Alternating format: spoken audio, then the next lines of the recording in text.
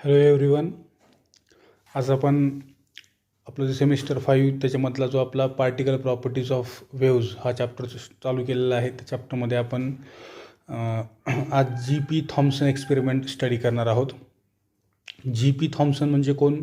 Sir J Thompson, किंवा असं म्हणू शकतो आपण G P. Thomson is a son of sir J Thompson.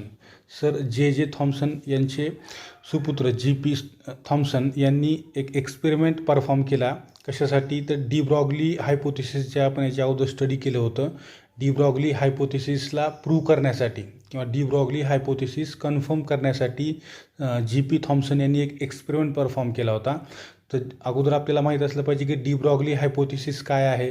तर याच्या अगोदर आपण स्टडी केलेलं आहे की डी ब्रॉग्ली हायपोथेसिसमध्ये डी ब्रॉग्लीनं काय सांगितलं होतं की कुठलाही पार्टिकल किंवा कुठलाही मॅटर ज्यावेळेस मूव्ह करतो त्यावेळेस त्याच्याशी असोसिएट एक वेव्ह असते. त्या वेव्हला आपण काय म्हणतो? डी ब्रॉग्ली वेव्हलेंथ असं म्हणतो. काय म्हणलं बघा, परत एक वेळेस सांगतो मी. जी.पी. थॉम्सन हा सर जे थॉम्सन यांचा मुलगा. त्याने एक एक्सपेरिमेंट परफॉर्म केला होता. कशासाठी? तर डी ब्रॉग्ली हायपोथेसिस कन्फर्म करण्यासाठी. 1925मध्ये डी ब्रॉग्लीनं एक हायपोथेसिस सांगितला होता. त्या हायपोथेसिसमध्ये त्यानं काय सांगितलं होतं? कुठलाही मूव्हिंग पार्टिकल त्याच्याशी एक वेव्ह असोसिएट असते. फॉर एक्झाम्पल एलिमेंटरी पार्टिकल्स आहेत, इलेक्ट्रॉन्स असेल किंवा कुठलाही असेल, किंवा मायक्रोस्कोपिक कुठलेही ऑब्जेक्ट्स असतील, ते ज्यावेळेस मूव्ह होतात त्यावेळेस त्यांच्याशी लिंक्ड किंवा त्यांच्यासोबत एक वेव्ह देखील मूव्ह होत असते.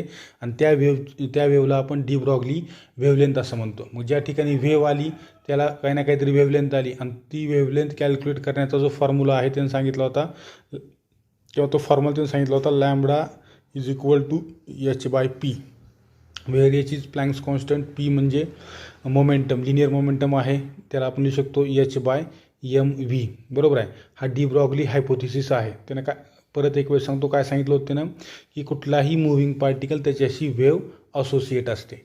परंतु याचं एक्सपेरिमेंटल कन्फर्मेशन जे आहे, आता याचं एक्सपेरिमेंटल कन्फर्मेशन याच्या अगोदर डायव्हिजन अँड जर्मर एक्सपेरिमेंटमध्ये देखील दिलं गेलं होतं. परंतु जी.पी. थॉम्सन या सायंटिस्टनं एक काही वेगळे इन्स्ट्रुमेंट्स यूज करून परत एक वेळेस डी ब्रॉग्ली हायपोथेसिसचं कन्फर्मेशन दिलं. ते आज आपण स्टडी करणार आहोत, जी.पी. Thompson experiment.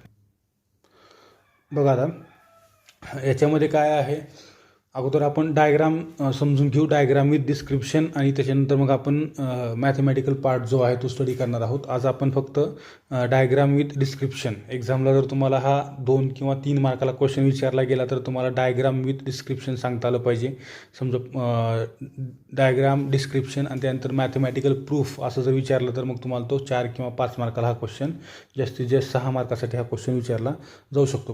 पण तुमचा जो आता बदललेला पॅटर्न आहे त्या पॅटर्नमध्ये जो हायेस्ट मार्कासाठी जो क्वेश्चन आहे त्याच्यासाठी देखील हा क्वेश्चन एक्झामला विचारला जाऊ शकतो. त्याच्यामुळे तुम्हाला मी जे आत्ता देणार आहे या आणि नेक्स्ट व्हिडिओमध्ये तेवढंच तुम्हाला एक्झाममध्ये लिहायचं आहे.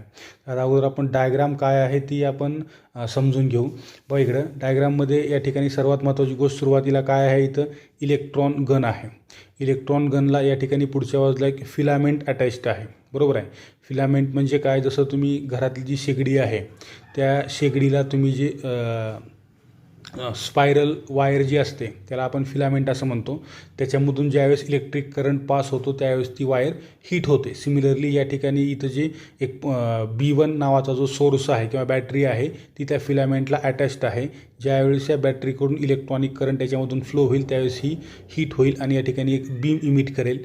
त्या बीमला ॲक्सलरेट करण्यासाठी आणि त्या बीमला एका नॅरो बीममध्ये कन्व्हर्ट करण्यासाठी किंवा फाईन क्वालिटी बीममध्ये कन्व्हर्ट करण्यासाठी या ठिकाणी एक ॲनोड यूज केलेला आहे. त्या ॲनोडला या ठिकाणी इथे एक हाय पोटेन्शियल बॅटरी यूज केलेली आहे.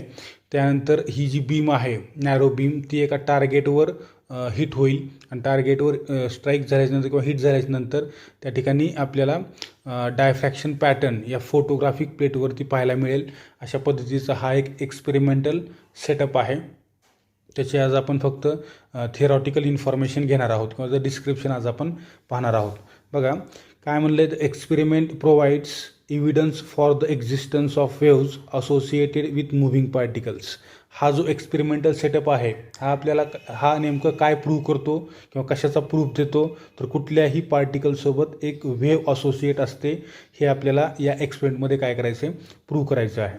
बघा, the experimental setup use by G.P. Thomson is shown in above figure. G.P. थॉम्सननं जो एक्सपेरिमेंटल सेटअप यूज केला होता तो या डायग्राममध्ये आपल्याला दिसतोय. त्याच्यानंतर पहा, filament F is heated by passing electronic current through it. आता इथं जी फिलामेंट आहे ही F, या फिलामेंटमधून या बॅटरीमधून सेंड झालेला जो इलेक्ट्रॉनिक करंट आहे, हा इलेक्ट्रॉनिक करंट या फिलामेंटमधून पास झाल्यानंतर ही फिलामेंट हीट होईल आणि ड्यू टू थर्मोआयनिक इमिशन काय म्हणलं, due to thermionic emission filament emits electrons. म्हणजे या फिलामेंटचा यूज काय आहे, तर इलेक्ट्रॉन बीम जनरेट करण्यासाठी याचा आपण यूज करतो. कसं, तर याच्यामधून इलेक्ट्रिक करंट पास झाल्यानंतर ही फिलामेंट हीट होते आणि फिलामेंट हीट झाल्यानंतर इलेक्ट्रॉन्स बाहेर पडतात, बरोबर आहे. परंतु ते बाहेर पडणारे इलेक्ट्रॉन्स हे एका पर्टिक्युलर बीमच्या फॉर्ममध्ये नाहीत किंवा त्यांचं जे ॲक्सलरेशन आहे ते काय जास्त नाही. आता त्याला ॲक्सलरेट करण्यासाठी किंवा त्याला फाईन बीममध्ये कन्व्हर्ट करण्यासाठी पुढे काय केलं आहे बघा, the electrons are emitted by filament due to thermoionic emission. These electrons are then accelerated under a high potential difference. ते जे इलेक्ट्रॉन्स आहेत या इलेक्ट्रॉन्सला ॲक्सलरेट करण्यासाठी या ठिकाणी एक सिलेंड्रिकल ॲनोड यूज केलेला आहे. काय म्हटलं मी परत एक वेळ सांगतो, या फिलामेंटच्या समोरच्या बाजूला इथं एक सिलेंड्रिकल ॲनोड यूज केलेला आहे. त्या सिलेंड्रिकल ॲनोडमधून ज्या वेळेस इलेक्ट्रॉन बीम पास होईल त्यावेळेस ती एका नॅरो बीममध्ये कन्व्हर्ट होईल, कारण त्या सिलेंड्रिकल ॲनोडला एका हाय पोटेन्शियल बॅटरीचं कनेक्शन दिलेलं आहे.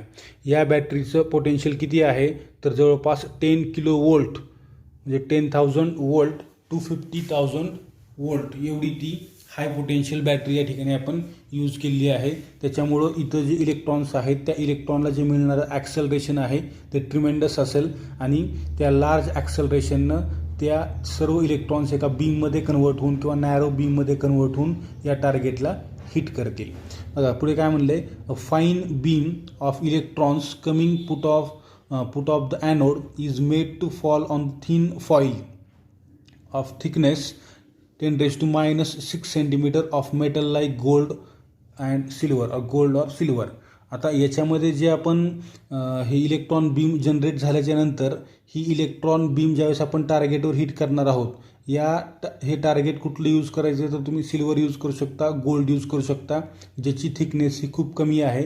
ती सांगितली आपल्या या ठिकाणी त्यांनी 10⁻⁶ सेंटीमीटर एवढ्या कमी थिकनेसचे हे टार्गेट आहे. या टार्गेटवर ज्यावेळेस ही बीम इलेक्ट्रॉन बीम ज्याच्यामध्ये नंबर ऑफ इलेक्ट्रॉन्स आहेत हिट होतील त्यावेळेस याचा जो डायफ्रॅक्शन पॅटर्न आहे किंवा हे पास झाल्यानंतर त्याचा जो डायफ्रॅक्शन पॅटर्न आहे तो आपल्याला ठिकाणी फोटोग्राफिक प्लेटवरती पाहायला मिळेल. पुढे बघा, the electrons after diffraction are received on photographic plate placed with its plane parallel to the foil. ही जी गोल्ड फॉईल आहे किंवा सिल्वर फॉईल आहे त्याला पॅरलल या ठिकाणी एक फोटोग्राफिक प्लेट ठेवली आहे.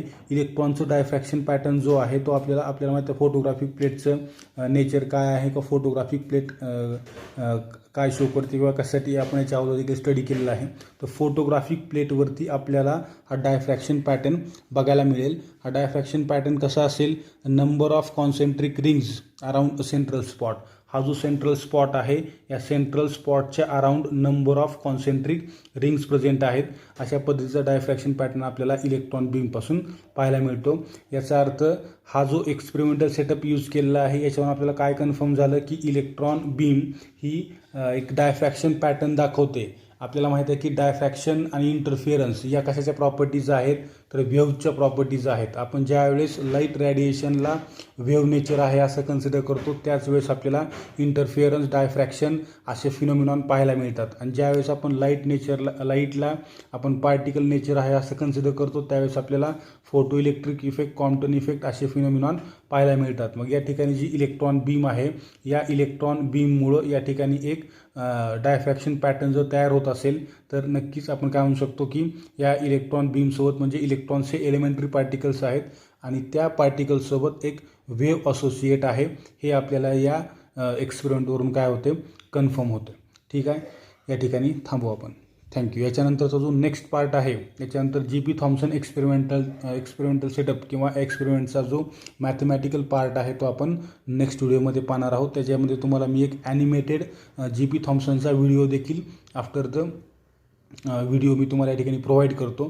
तो देखील तुम्ही नक्की बघा आणि त्याच्यानंतर मग आपण याचा मॅथमॅटिकल पार्ट घेऊ. ठीक आहे, या ठिकाणी थांबू आपण. Thank you. Today we are going to discuss about G.P. Thomson experiment. This is the experimental setup of G.P. Thomson experiment, which consists of a discharge tube in which there exists a cathode. Here this has been accelerated with maximum amount of voltage, so that the electrons will be ejected from this cathode, and they are being allowed to as a parallel beam by making use of these two slits. And now these narrow beam of electrons will be incidented on an gold foil which is of very few microns. Now these electrons which are being incidented on the gold foil will penetrate into them because it is of very micro thin order, and it has since the electrons are being accelerated with the maximum of energy. Now these electrons are being scattered in all the directions, isn't it? And this diffraction pattern of electrons which are coming from a gold foil are being recorded on a photographic film. The entire setup is being placed in a vacuum chamber, so that these electrons will does not collide with the air molecules. Is not so to prevent that, vacuum setup has been incidented here. So the if you develop the photographic film, we will come across with the diffraction pattern of the electron beams coming from the gold foil. See, this is some of the description given by description regarding this G.P. Thomson experimental setup. The experiment is performed in which the electrons are being accelerated from 10,000 to 50,000 volts. In this experiment, the electrons are being generated, is not by considering analogous to X-ray tube, is not by a diffraction pattern. The diffraction pattern is observed is being obtained by only when the waves are being associated with the particle. Hence, Thomson explains the concept of matter waves. Why? Because as we know, according to de Broglie hypothesis, every particle is been moving particle is been associated with matter waves. So if electrons are being accelerated with a maximum energy, isn't it, and they are being incidented on the film, isn't it, so that we can calculate the wave nature associated with that moving particles, isn't it? Thomson have proved experimentally these electrons are being accelerated from the cathode, and they are being passed through two slits which makes them as a narrow beam. And now these narrow beam of X-rays are being allowed to fall on a gold foil which is very few microns. See, these are the beams of X-rays which are coming from the cathode ray. They will incidented on the thin film of gold foil. Now these electrons which are being incidented here will be scattered in all the directions, isn't it? And now these scattered electrons, electron beam which are being scattered from the thin foil will forms a diffraction pattern, and that is being recorded on a photographic film. See, here is the photographic film which consists of a concentric circles here, like this. This experiment is been completely concluded. Is been concluded that this pattern is due to electrons and not due to X-rays. We can conclude the pattern is obtained due to electrons only, since the X-rays are not being affected by electric and magnetic fields. See how the diffraction pattern is observed. So this is been explained by Bragg's X-ray diffraction technique. So if you consider the gold atoms, so the gold atoms are been arranged in a regular periodic way like this, isn't it? And now if you join all the atoms, isn't it, with an imaginary line, isn't it, you will come across with a plane 1. So take another plane, isn't it, adding joining all these atoms of gold atoms of a gold foil, and you will come across with another plane 2. Now let us suppose there exists a distance between these two planes which are being called which is being called as interplanar spacing, represented by d. Now the rays are being incidented, the electron beam is being incidented from the cathode ray tube onto the gold foil. So the beams are being incidented as IB1 and IB2. IB1 and IB2. Now these rays, the first incidented ray IB1 will incident on the first plane, isn't it? First atom of first plane at O, and again from this it will be gets reflected back. Now the second beam IB2 will incidented will be incidented onto the atom Y of plane 2, and now it is also been getting reflected back like this. So that here these reflected, the incidented rays and the reflected rays, that is IB1 RB1 and IB2 RB2, which are IB1 and IB2 are incidented rays, and RB1 and RB2 are the reflected rays, isn't it? Now these two rays are having a path difference. Geometrically there exists a path difference here. You can calculate the path difference between the incidented and diffracted rays. Now these reflected rays will be gets incidented on a photographic film, isn't it? So that these two rays, reflected rays, that is RB1 and RB2, isn't it, on incidenting onto the photographic film, will constructively gets superposed, so that if they gets constructively interfere, we can calculate the, or we can identify the bright spot, so that we can calculate the diffraction pattern observed, is not from the electron beams. Now see here, geometrically when you extend the RB line, is not, onto the second incidented ray, and similarly IB1 ray, is not, if you extend here onto the RB2, there exists a path difference here which is given by xy plus yz. Okay. So the rays which are been incidenting are always in phase and parallel up to the point at which the top beam strikes at a layer at atom O, this one, and the second beam continues to the next layer where it is being scattered by an atom Y. The second beam must travel with the extra path difference. So this is the extra path difference, xy plus yz. These two beams are continue traveling adjacent and parallel. This extra distance, isn't, see, this additional path difference must be equal to integral multiples of lambda to become in phase. It's not, we know what is the in phase condition is. Path difference should be equal. Electron diffraction.